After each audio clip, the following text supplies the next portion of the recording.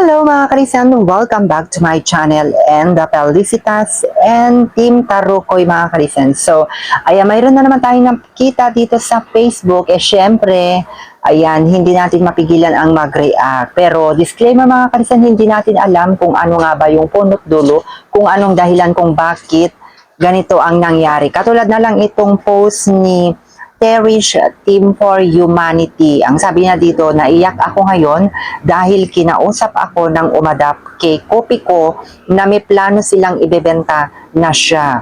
Grabe ang sakit na napamahal na siya sa akin. Kung may pera lang ako, gusto ko ma-save siya. Karamihan kasi sa mga nabenta at na-adapt ay namatay na sila gawa ng napabayaan sila. Sobrang lambing po ni Kopi ko. Same sila ugali ni Cadena.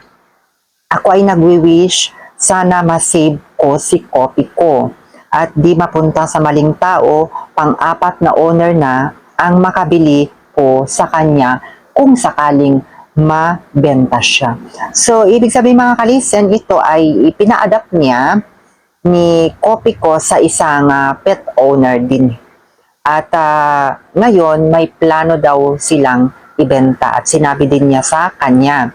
So ngayon, itong si Cherish Team for Humanity at talagang sobrang napamahal na rin sa kanya siguro si Kopi ko.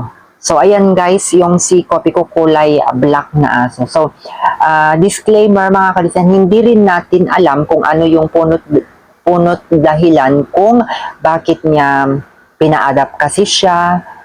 May mga kadahilanan, siguro hindi rin siya aware na ganun siguro yung plano din sila at the end na may planong ibenta yung pinagpaadapan niya kay Kopi ko. Siguro pag next time kung may plano tayong magpa-adapt, syempre hindi rin natin kasi kayang alagaan ng ganito kadami, mapapusa man yan o mapaaso.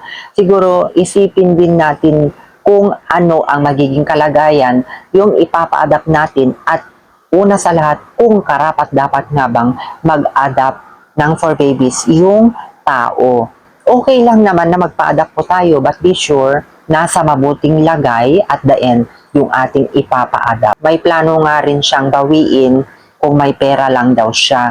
Dahil alam naman natin na talagang napamahal na rin siguro sa kanya si Kopi ko. So wish ko lang sa kanya na sana'y kung ganun man, na mayroon siyang naririnig ng haka-haka, warning na po yan para sana may makatulong man sa kanya dahil nga kung may pera daw siya, sana po mabawi niya po yung kanyang pina-adapt doon na si Kopi ko. Kasi kung hindi nagkakamali, pag sakaling mabenta yung nagpa-adapan niya kay Kopi ko ay pang-apat na daw na benta yung si Kopi ko kung sakaling mabenta, pero wag naman sana. Lesson learned para sa mga for parent katulad natin na disco, there's a part talaga na madadown tayo pero hindi nangangahulugang i-give up natin yung pero hindi rin natin mahusgaan siya kasi siguro that time okay pa naman siguro yung transaksyonan at hindi rin natin alam kung ano yung rason kung bakit din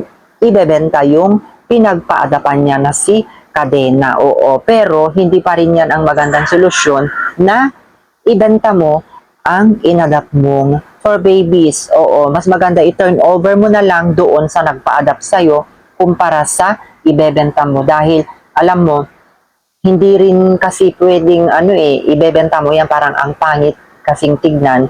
Kung nag-alaga ka ng hayop na pamahal na sa'yo, tapos sasabihin mo, ibenta ko na lang. Mas maganda pa, ipa-adapt ko sa karapat-dapat na mag-alaga at hindi niya pababayaan. Mas maganda na yun. Kasi parang ginawa mo ng negosyo o business ang mga for babies natin. Oo. So, parang kawalang respeto na rin para sa kanilang katauan. Oo. So, ayun, aware lang tayo mga kalisten. All in all, wala naman akong panghuhusga sa kay pet owner na yan, pero sana sa susunod wag ka na lang magpa-adapt kung ganun lang din ang magiging lagay ang pina-adapt mo, pero at the end ikaw din yung makokonsensya iiyak tayo, natural na pamahal na yung ating mga alaga. Alalahanin natin mga kalisan, lagi natin tatandaan ito na kahit anong hirap, kung talagang pinasok mo ang pagiging for parent, ipaglalaban mo yan at paninindigan mo yan. Dahil tayo lang ang inaasahan ng ating mga for babies. Kaya lesson learned yan, pero wish ko sa'yo, idol, na sana mabawi mo pa yung pina-adapt mo para masave naman po siya, kasi hindi natin alam kung maibenta siya tapos hindi natin alam kung ano magiging kalagayan niya doon. Oo. So, mahirap magtiwala na sa ngayon mga kanisan. Kawawa po sila. So, yun lang. Bye!